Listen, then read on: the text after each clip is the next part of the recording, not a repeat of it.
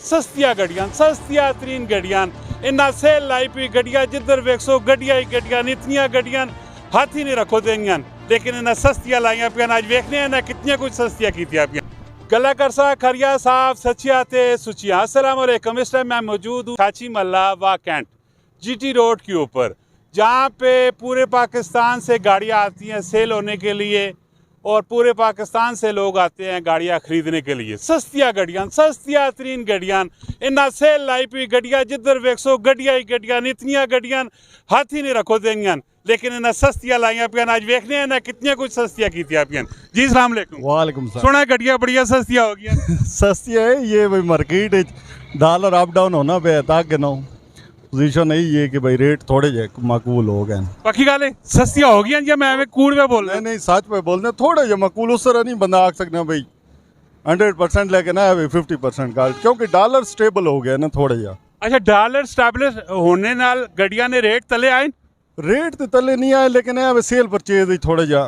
इजाफा हो गया। अच्छा ये दसो कि गड्डियां ने कागजा ने काफ़ी सारे मसले मसाइल आने पैने ते उन्होंने उत्ते की गलबात तक जी अगर लाहौर तक का जो लेना तो लाहौर तो इंतहाई ख़राब पे करना इस टाइम डीलर सा जितने भी साढ़े हैं साढ़े ख़राब पे होने उसकी वजह है कि जिस बंदे गड्डी ट्रांसफ़र कराई पी है मतलब आज तो 1 महीना पहले उस बेचारे हूँ कार्ड मिलना भी 6 महीनों बाद 2 महीनों बाद 3 महीनों बाद फिर कार्ड का स्टेटस अजकल तब्दील नहीं हो रहा आर्जी तौर पर कार्ड का स्टेटस आ जाए ना भाई इन प्रोसेस मतलब गड्डी थोड़े ना आए ना मैं अपने ना कराना पाया इन प्रोसेस तले आ रहे तो मकसद है लाहौर में चाहिए कोई ऐसा सिस्टम करो ना साढ़े को बाहर तो बंदे आने नुमान मस्कत सऊदी अरब ममालिक उत्थे ये पोजीशन है भाई गड्डी लोग उत्थे पार जाने CNG पंप वाली गल एक बड़े होने ना उन्होंने उत्थे गड्डी चेक करने गड्डी चेक करके उन्होंने शुरता पास करना है तुसा ना कार्ड खत्म नवे बंदियां उसने नवा नए ना कार्ड मिल वैने ये तो बाहरले मुल्क नहीं तुसी गल पे दसो पाकिस्तान की गल दसो भाई साडी पंजाब गवर्नमेंट भी यही चाहिए कि इत्थे भी यही सिस्टम करन कि जरा एक कार्ड होवे पुराना फैल सिस्टम खत्म होवे गड्डी इन्हां दे नाम है मतलब तुसा ने नाम है मैं अपने नाम करानी है पार होते बैठा हुए छुरता गड्डी चेक करे chassis number engine number check करे आके जी गड्डी एक ते गड्डी दे रंग शंग भी ठीक है मेन एक्सीडेंट नहीं गड्डी इसके नाम तो खत्म करके इसके नाम ते कर दियो एक गल। अच्छा हुण इस टाइम ना कराने ने टोटल खर्चा कितना कुछ आवे वो गड्डी ते डिपेंड है मतलब हुण 13 छोटियां गड्डियां जेहड़ियां 1300 सीसी 1000 सीसी तक गड्डी हुण तुसी ट्रांसफर कराओ ना तकरीबन तुसा ना लग जाना है 9000 10,000 इतना लग जाना है। अच्छा इन्होंने रेट जेडे वधन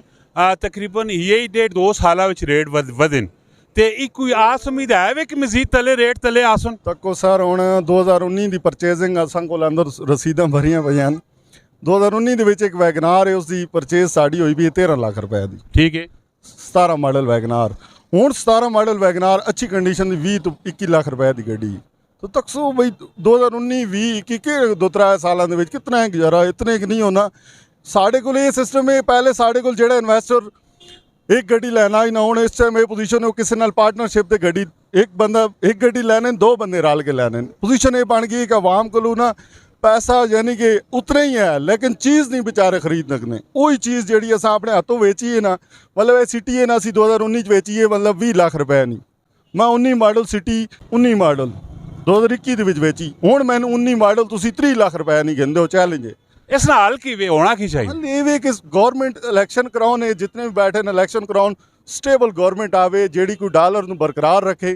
ਤੇ ਗਰੀਬ ਦਾ ਥੋੜਾ ਜਿਹਾ ਕੋਈ ਹੋ ਵਣੇ ਕਿ ਯਾਰਾ ਕੋਈ ਗੱਡੀ ਸੇਲ ਪਰਚੇਜ਼ ਵਿੱਚ ਇਜ਼ਾਫਾ ਹੋ ਸੀ ਗਰੀਬ ਬੰਦਾ ਵੀ ਗੱਡੀ ਚਾਹ ਕਹਿੰਦੀ ਇਸ ਟਾਈਮ ਗੱਡੀ ਦੀ ਇਹ ਪੋਜੀਸ਼ਨ ਹੈ ਕਿ ਗੱਡੀ ਲੈਣਾ ਆਸਾਨ ਹੈ ਫਿਰ ਵੀ ਕੋਈ ਪੈਸੇ ਜੋੜ ਤੋੜ ਕੇ ਲੋਕ ਲੈ ਲੈਣੇ लेकिन उस फिर चलाना फिर उस मेनटेन करना इस टाइम मैं देना बस ही गल नहीं गड्डिया जिस टाइम बंदा वेखना है तो इतने ढेर लगे पे उन्होंने गड्डिया से शोरूम परे पे होने तो बंदा ये जहन में समझना है कि बढ़िया सस्तियाँ हो सेल लगी पे है लेकिन जिस गड्डी ना भी तुसी रेट पता करने हो तो आसमाना छट करने पैने होने सस्ती करने वाला कोई बंदा इतने है ही कोई भी नहीं है हुण पता नहीं इसने विच कस्टमर भी आन गाहक भी आन कि कोई नहीं लाला मैं दसो तुसे कोल मैं पुछना वा तकरीबन हफ्ते विच हर एतवारे कोई सौदा शौदा होना पैना कोई भाई शाजो नगर कोई 1-2 सौदे होने नहीं तो नहीं होने नहीं तो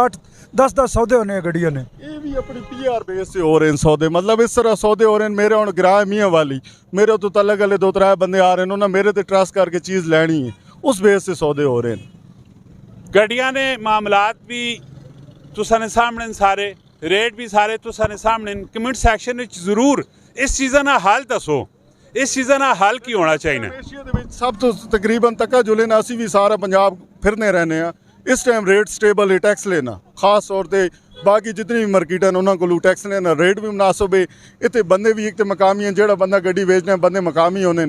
नाल फेवर कर देने, बायोमैट्रिक मिल जानी है, थोड़े तो मसले मसाइल काटे असा साइडों पर जाके भी तके है ना, उत्थे बड़े मसाइल हैं कागजां दे विच, गड्डी थर्ड बंदे दे नाम है, फिर कार्ड नहीं आने, बड़े मसाइल हैं। काफ़ी मसले मसाइल उन गड्डियां ने विच भी। जिस टाइम भी गड्डी तुसीं खरीदो उसकी जांच पड़ताल करके बाकायदा समझ के खरीदनी चाहिए है। तो बकाया जेह्ड़े रेट होन, इस रेट ने मुतलक कमेंट सैक्शन में अपनी राय जरूर देना। मिलने नेक्स्ट वीडियो च, अपना बहुत सारा ख्याल रखियो। फी अमान।